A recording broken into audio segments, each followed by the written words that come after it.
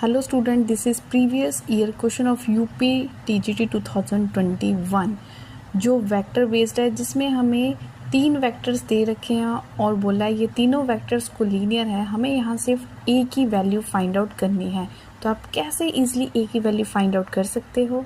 तो students 3 vectors दे रखे हैं, तो ए को मैंने ए मान लिया, ए को बी और ए को सी। अब तीनों वेक्टर्स को लीनियर है, मैंने बता रखा है आपको प्रीवियस वीडियो में।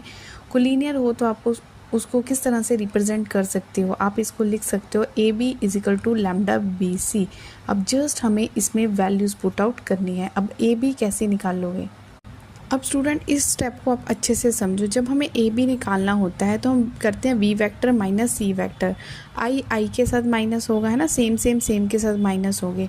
तो सबसे पहले बी माइनस सी करो, तो 40 माइनस 60 किए तो माइनस 20 आ गए, है ना। -8 माइनस 3 किया तो -11 आ गया, इजिकल टू लैम्डा। उस तरह बी सी निकाल दिया। अब आपने कंपेयर करना है, आई को आई के साथ कंपेयर कर दो। देखो अब आपने क्या करना है, आप ना जब कंपेयर किया हमने आई को आई कैप के साथ, तो ये वाली इक्वेशन को ही 1 मान लो, नीचे वाली को मत मानो। इस इक्वेशन को मैंने 1 मान लिया, ठीक है। अब हम क्या करेंगे, जे को जब मैंने जे के साथ कंपेयर किया तो आप देखो यहाँ से आया -11, यहाँ से आया -44, तो यहाँ से लैम्डा की वैल्यू आ गई। जैसी लैम्डा की वैल्यू आ गई, पुट इन इक्वेशन 1, उसको इक्वेशन नंबर 1 में अब पुट करो लैम्डा की वैल्यू को। तो जैसे मैंने पुट किया तो -20 is equal to 1/4 a minus 40। तो इसको सॉल्व करो, -80 is equal to a minus 40। तो यहाँ से -80 plus 40 is equal to a is equal to -40।